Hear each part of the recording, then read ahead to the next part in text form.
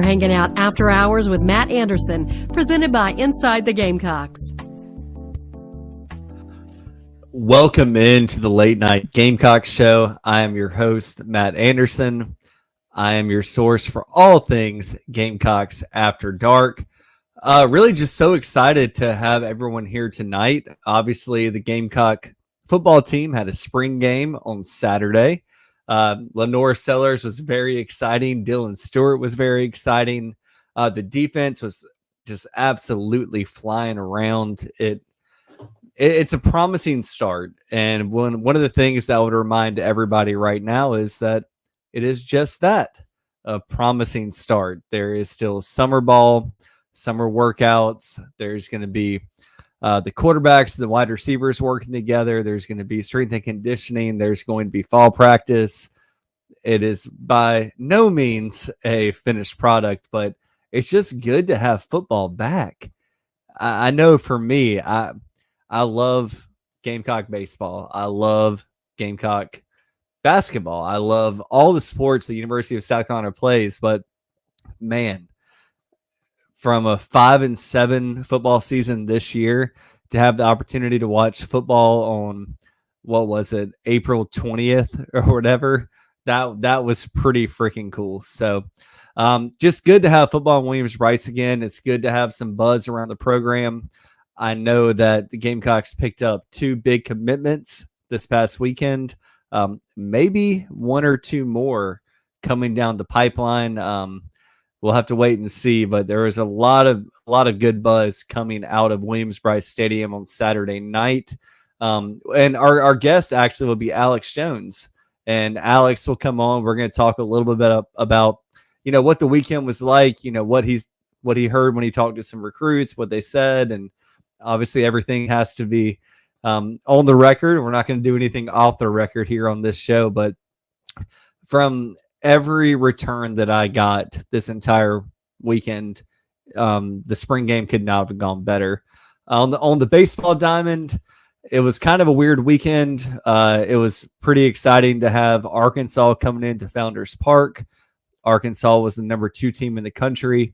When you look back on Friday night, it was the definition of a pitcher's duel, and it was kind of like a Johnny Holstaff pitcher's duel. Both schools put out a bunch of arms there, and the final score was 2-1 Arkansas. And it's hard because the Gamecocks had their chances, and Arkansas had their chances. I think that both teams combined to leave like 22 base runners on base throughout the entire game. So 2-1, maybe there was just something in the air that night. I don't know, but Arkansas made less mistakes than the Gamecocks did, and Arkansas got the victory. Saturday was a doubleheader on the baseball diamond, and basically because the weather was so crummy on Sunday. So they had to play 2 games. They started it at 1 p.m. on Saturday, 2 9-inning games. South Carolina won the first game 6-3 and lost the second game 9-6. So it's always tough. I've always heard college baseball coaches and folks that are around these programs say, if you're the team that has less talent, and to be honest, Arkansas has a really, really, really good pitching staff. And the Gamecocks do too, but Arkansas is probably a little bit better top to bottom. And you can only hold down a team over 27 innings so long. And the Gamecocks did a great job, through Friday night into Saturday, only allowed 5 runs in 2 games, and then just the floodgates opened, and Arkansas got 9 on the second game on Saturday. I think that South Carolina showed that they can still play with the elite teams in college baseball.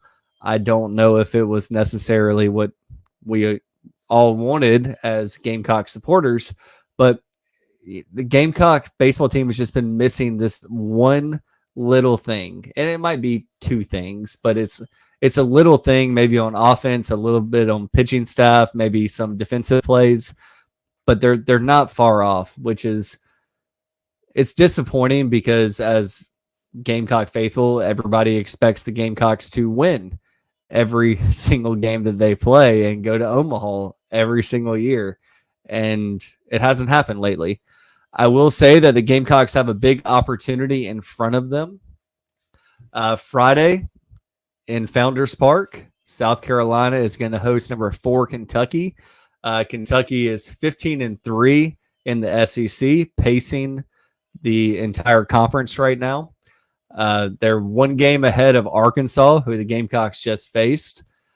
It's going to be a tough battle, but South Carolina is going to have to find some ways to win games and series like this going forward, because they're going to have to put down on a resume a way to get a top 16 seed.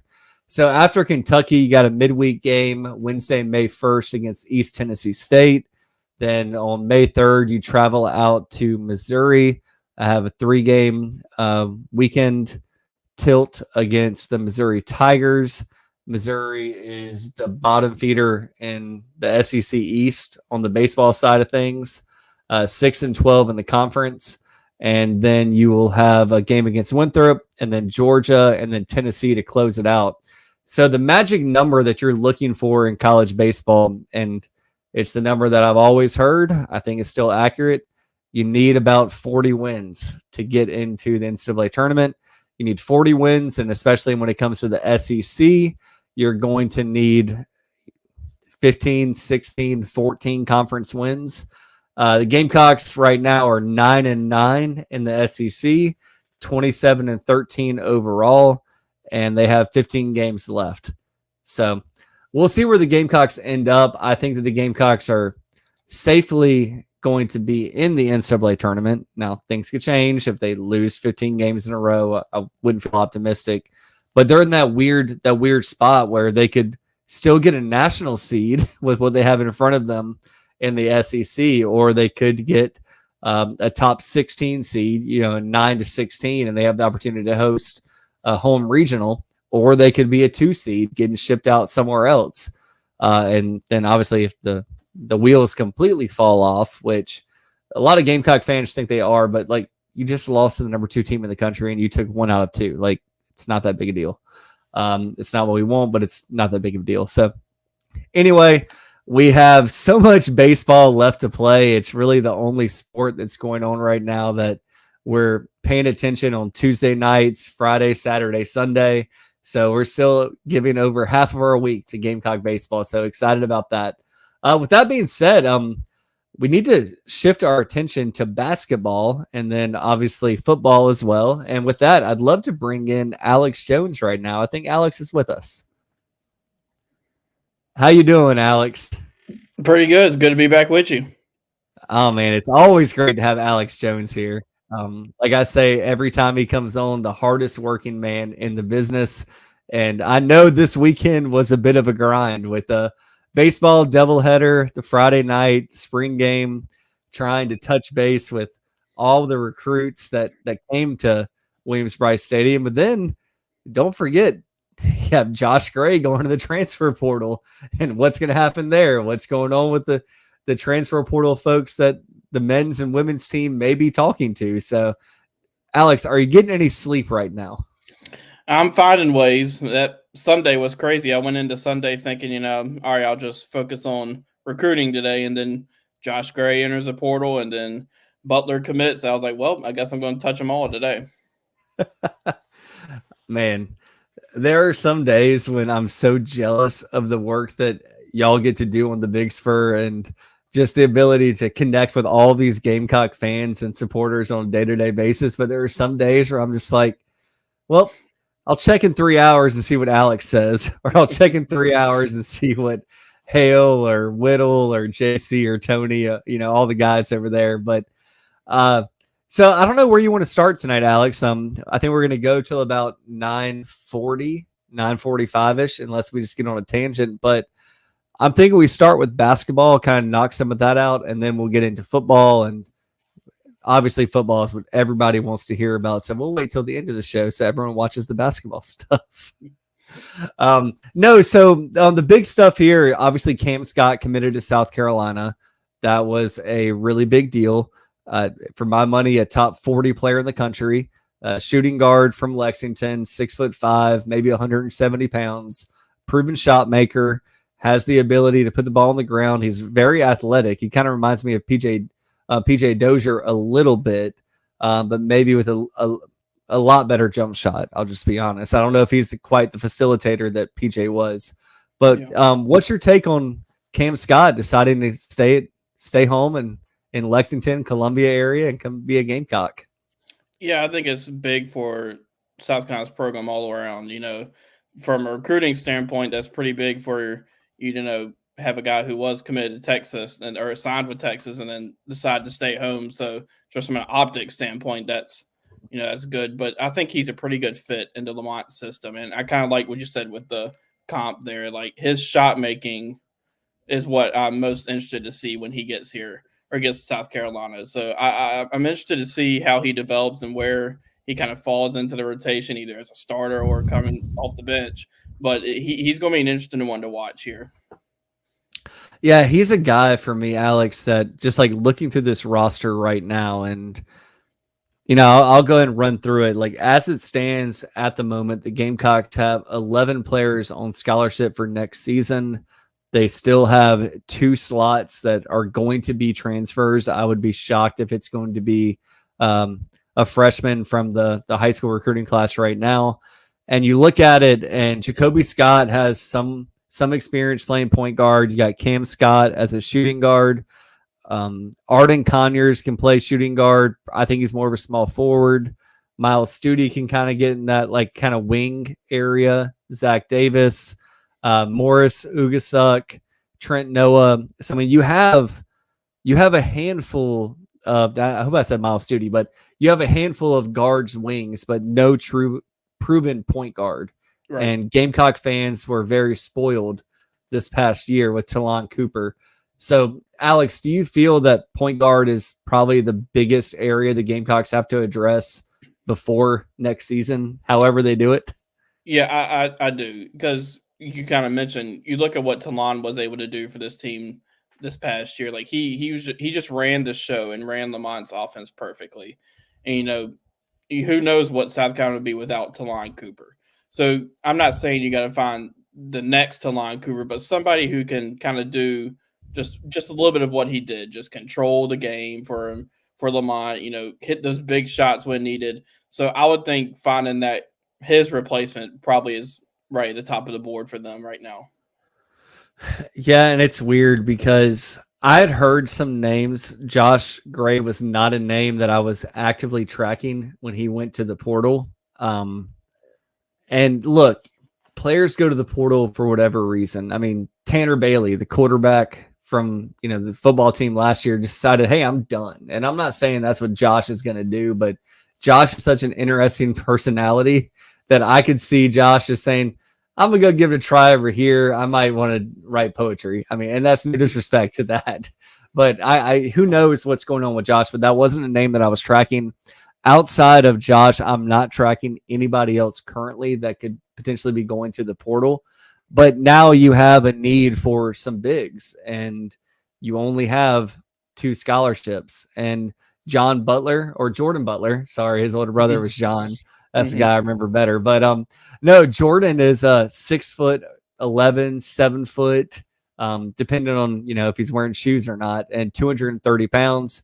He's got a little bit of a stroke out to outside, but they're going to have to find some bangers because you still have Benjamin Verdonk Bosmans, and then you still have Oku Federico coming in, and you're going to need more bodies because Colin Murray-Boyle is going to race a lot of things on the defensive end and do a lot of things offensively, but it's an interesting place to be for the Gamecocks with Jordan Butler coming in, who started 13 games, I think, at Missouri, averaged 3.2 points, 2.6 rebounds, got a stroke out deep, and he's a 230, but he's still 7 foot. So, I'm 230 and I'm not 7 foot. So the Gamecocks are going to have to find a way to get some more guys. Is there anybody on your radar right now, Alex, that we should be thinking about, or, what's your take on the big man situation? Yeah, I know John Whittle has reported that Nick Pringle is in play, and if that comes in, if that's who they end up getting, that's a huge get for South Carolina if that comes to fruition. Because kind of like you said, they need that. And the thing with Pringle is too, they didn't really have this. They had it this year, but not with Pringle's size. He's got a little bit of a shot too. But with Pringle, like if that comes to fruition, that'd be a huge get for them. But that's about one name I'm tracking the most right now. Yeah, and with Pringle, he's a South Carolina guy. It's really interesting to see what's happening right now with Talon Cooper, South Carolina guy. G.G. Jackson, South Carolina guy. Zachary Davis, South Carolina guy. Colin Marie Boyles, South Carolina guy. Yeah. Jordan Butler, South Carolina guy. And then obviously with Pringle, another South Carolina guy. Jacoby Wright, South Carolina guy. There are a lot of Gamecock fans, and I remember the mid-'90s. I was 8, 9, 10 years old when South Carolina won an SEC championship in basketball on the men's side with predominantly a South Carolina team. And there are a number of guys that we'll talk about later that are coming through in the 2025, 2026, 2027 class. But bringing these guys home could be something that would be amazing for Lamont Paris from a wins and losses standpoint, but also something folks from the state of South Carolina could be happy about and proud of. I think Morris Ugasek is the biggest guy that I'm thinking about right now as a guy that can take a leap, because Cam Scott, I don't see a lot of point guard there. And like I've made this point on my show, on some other shows, like Lamont's offense, you just need to get the ball across half court and then get into the flow of the ball movement and the passing and all of that. Maybe Cam can do that. I know Jacoby has experience in this offense, but you really only have Jacoby, Cam, and Morris that can really move the ball that way. So you're going to have to find somebody else, but we won't know for a little bit. I can tell you that point guard is the hardest position in the portal to recruit and everybody sign. Needs one. Yeah, the big guys are the ones that are going to get a lot of the money up front and just lock them down. And like when I say money, it's all NIL nowadays. But the big guys are the ones that are going to get the money. And then after that, the point guards are going to have their opportunity to go wherever they want. And you just got to find the right one for your system. So that's basketball. Really exciting. We'll continue to look at Nick Pringle, 6'9", 220 pounds, power forward from Alabama. In the transfer portal, had 16 points in the Elite Eight game against Clemson.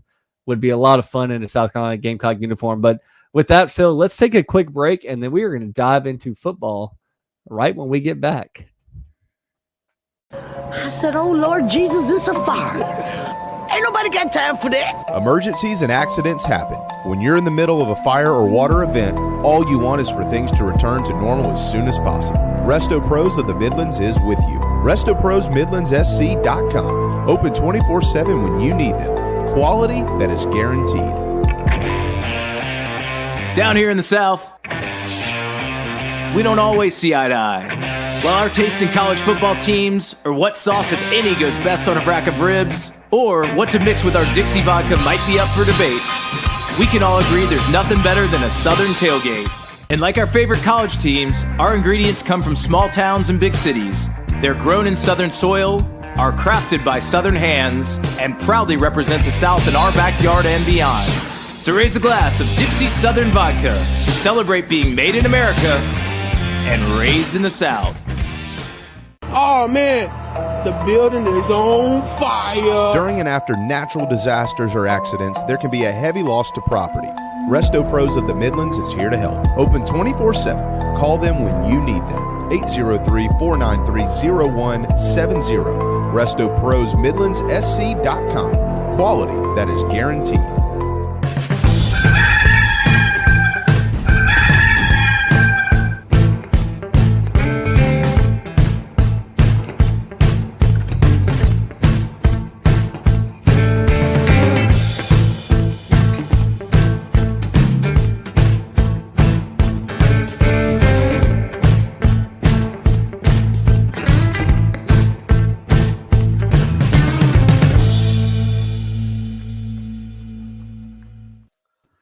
Welcome back, everybody. We always enjoy the words from our sponsors. And if you have a need for anything that you just saw in that commercial break, please call them. They will help you out and they will take care of you. So the big news out of the spring game, let's talk recruiting first, Alex, and then we'll talk big picture with what we saw in the game. South Carolina is now up to 6 commitments in the recruiting class for the class of 2025. It's been funny, man. As of 3.5 weeks ago, everybody was up in arms because, well, we got Jaden Sellers, but he's just Lenore's little brother. Like, are we going to get anybody in the recruiting class? And Jaden Sellers, for what it's worth, is a really, really good prospect. And I've actually talked to the South Lawrence coach, Drew Marlowe, and he said, look, when Lenore's was our quarterback, the reason we were so successful is because Lenore's is a bookworm, works hard, all of that. And, obviously you can't teach the athleticism and the skills that he has throwing the football. But he said Jaden Sellers, as a sophomore, was the only person on the South Lawrence's team that was used to catching balls from Lenore Sellers. And he said, I have to tell my wide receivers they're playing in college ball the next year, just break your knuckles, get ready to, lose some distance, lose some fingers, because these guys throw the ball hard.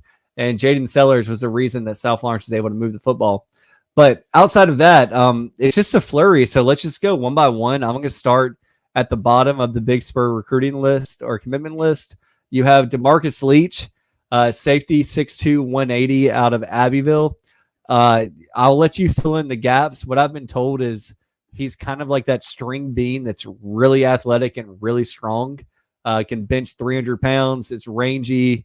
I've been told a little bit of and I hate doing comparisons because when you hear a comparison, it's just okay, well, think this body type or think this skill set. It's not like the entire total package of, okay, you got Emmitt Smith running through the door. But Co Simpson is a name that I've heard with DeMarcus Leach, a hard-hitting safety, has the opportunity to hit you and make you feel it. So DeMarcus Leach is the least highly recruited guy or publicized guy at this moment. But I always say when you see any Power 5 team take a kid that is not ranked nationally, pay attention in the summer. Yeah, right. And I'll let you take it. yeah, sorry. With Leach, like you said it with the 300 pounds bench, I think the coaching staff loves him as a prospect. When you look at what he did, kind of who he is as a prospect, had some good offers still out there when he committed. He's kind of like a two-way player, played a little bit of quarterback for Abbeville, but I think when you look at his size at 6'2", 180, I think he's just kind of exactly what they're looking for in that secondary, and they could kind of, in my opinion, I think you could see him maybe in a couple different positions there in the secondary. Yeah, and you got Anthony Addison from Sumter, defensive end. I'll be honest, I think if you get a defensive end, an edge player, defensive lineman from Sumter, you just take him and see what happens. Mm-hmm. But it's 6'3", 210, nice build to him. He's gonna add some more weight.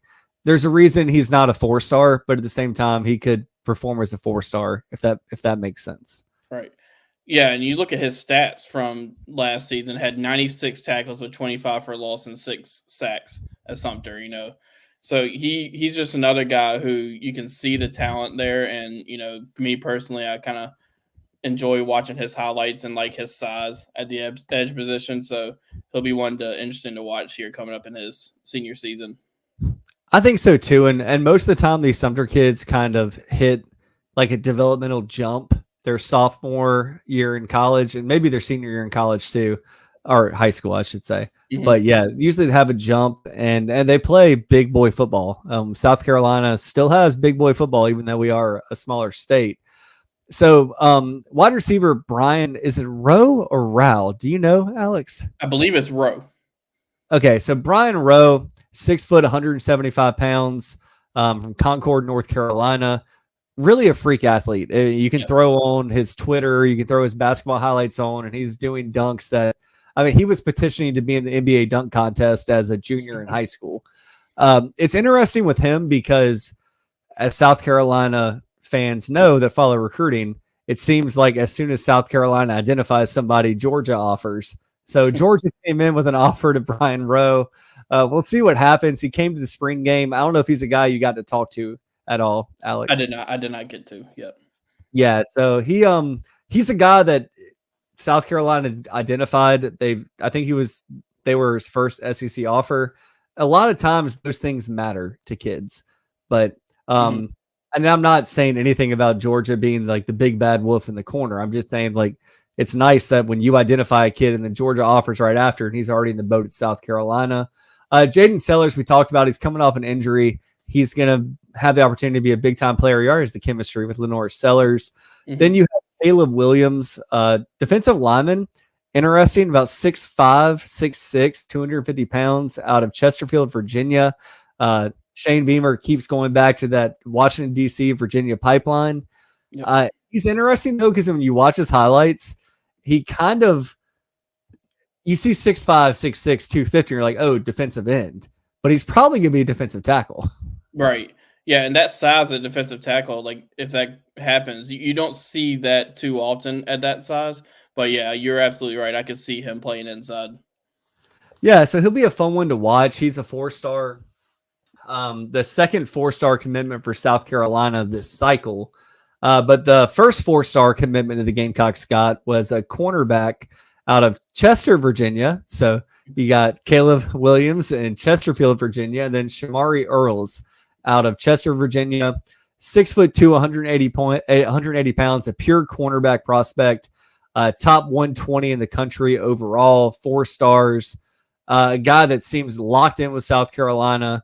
Torian Gray did a really good job recruiting him, and he's a guy that the way that it's been described to me is he's a dog, and sometimes you need that dog in you. And maybe playing in Virginia, he doesn't have the offers that some other guys might have. They're playing in California, Georgia, Alabama, where Texas, where a lot of these guys seem to have a lot of eyes on them. But everybody I've talked to about Shamari Earls just said stud, absolute stud. So yeah, don't know what your thoughts on him, but I'd love to get him, Alex. Yeah, he's kind of like, I kind of have the same thoughts with him at Leach. It's like 6'2", 180, which is what we have on 24/7 Sports. That's great size for a cornerback.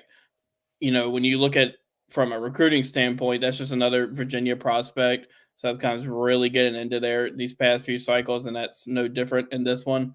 So, when you look at him, he's just a pretty good athlete too. He is indoors state champion in track and field in Virginia. So, just another one of these guys who kind of just really athletic, and a guy who Torian Gray should have a lot of fun with coaching up here in a few years. Yeah, and Torian Gray is really big on getting long, tall, and lengthy defensive backs. And if you think about it, look at South Carolina's roster right now at wide receiver. There's not a lot of 6'2" guys, but when you have 6'2" guys like DeMarcus Leach, Shamari Earls, another guy we probably need to talk about is Kendall Davis Jr. Was supposed to commit on Sunday. That didn't seem to happen. I don't know where things stand with him right now, but he's a 6'3", 190-pound safety. So another tall guy in the backfield, 4-star, top 350 kid.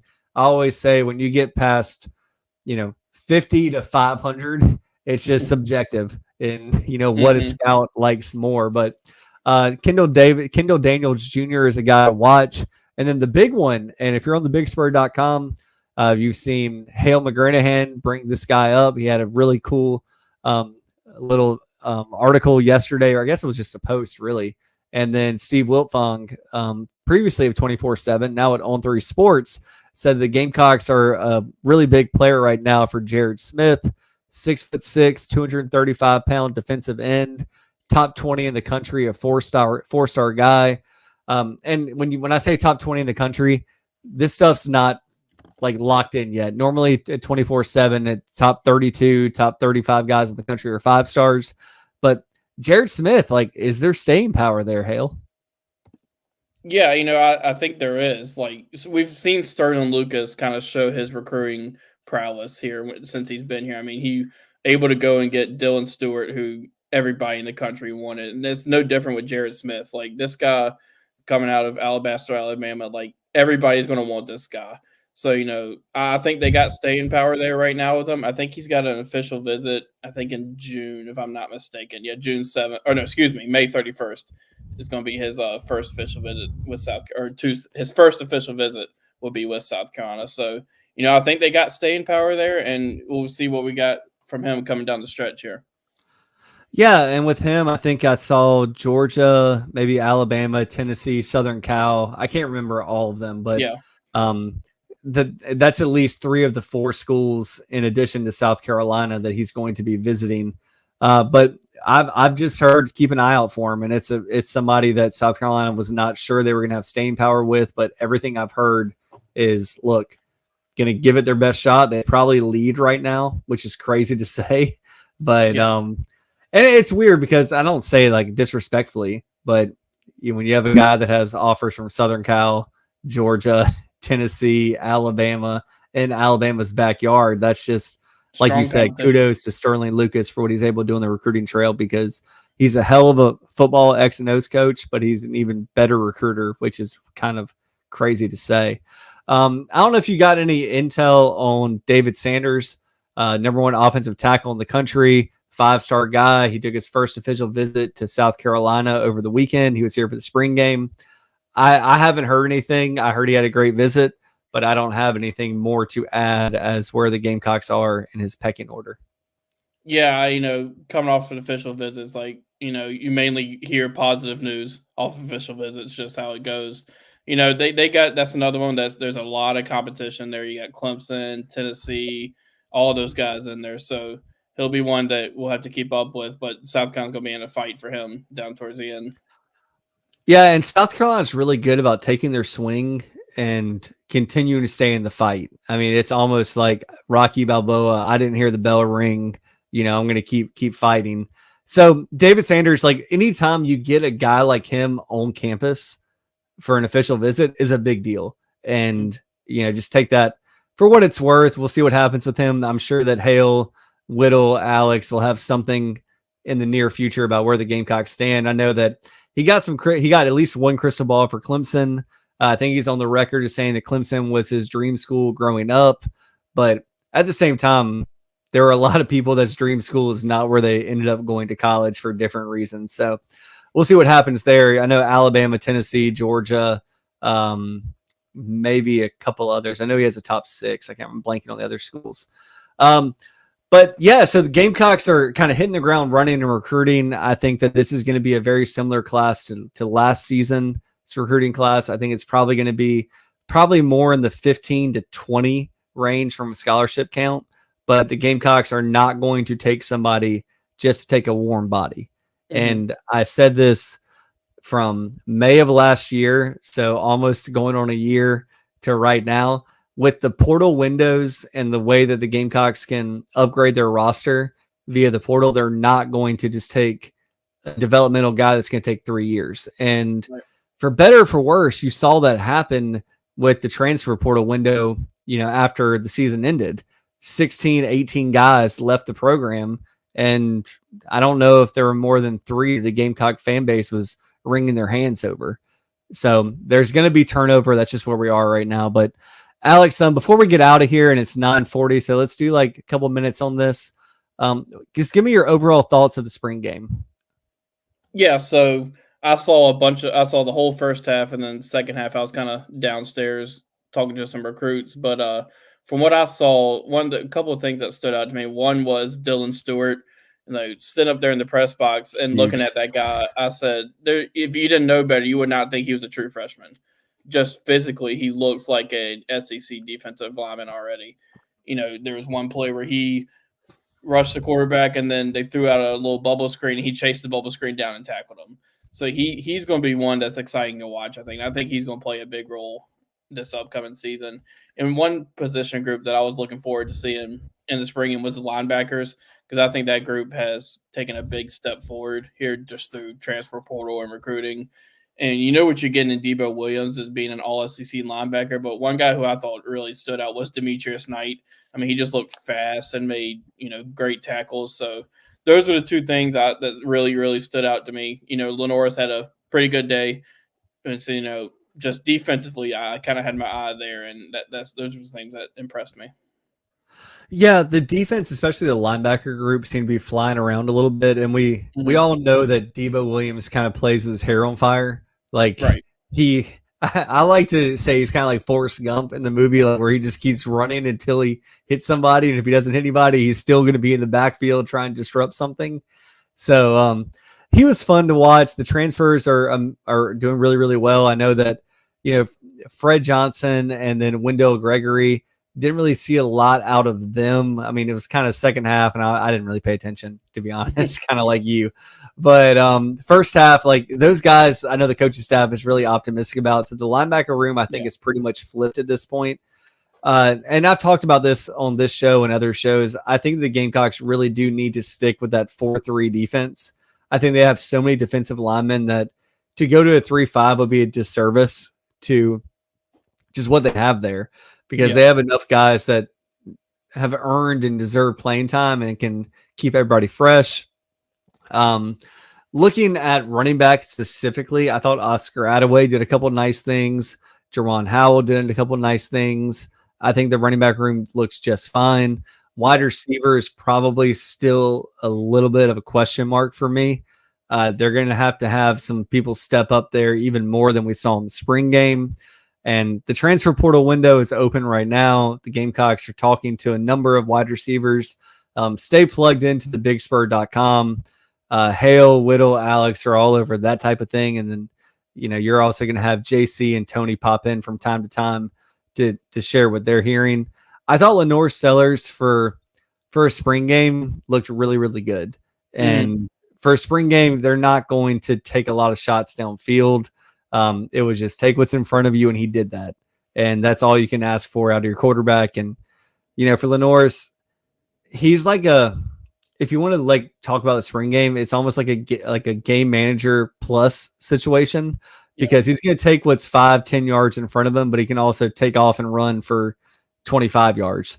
So the entire playbook was not opened up. I did like the trick play that they ran with Robbie Ashford. And it was like that pitch to a wide receiver who just underthrew the ball. I think that's a good thing to put on film. I do think that probably right now Luke Doty is the second best quarterback on roster. But like I said earlier, you have summer and fall practice and things will shake out. People will get more accustomed to one another. There's going to be this transfer portal window. I think right now the Gamecocks are they're right at 85 scholarships. So some people would have to leave for the Gamecocks to add more depth at wide receiver, offensive line, that kind of thing. For me, offensive line in a setting like you saw in the spring game where you have, almost it's like a fantasy draft, right? So everybody wasn't playing together that normally played together. I think the offensive line is going to be adequate to just fine.